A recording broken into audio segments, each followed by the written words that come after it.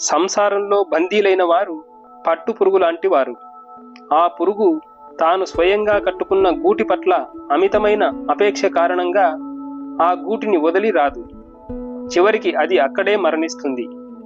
ఆ గూడు అనగా సంసారం తనది కాదన్న అంతరంగిక ఎరుకతో భగవంతుడిని శరణు పొంది ఉండాలి.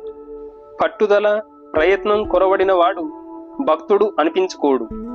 నేను సాధించలేను అనుకునేవాడు నిజంగానే ఏమీ సాధించలేడు.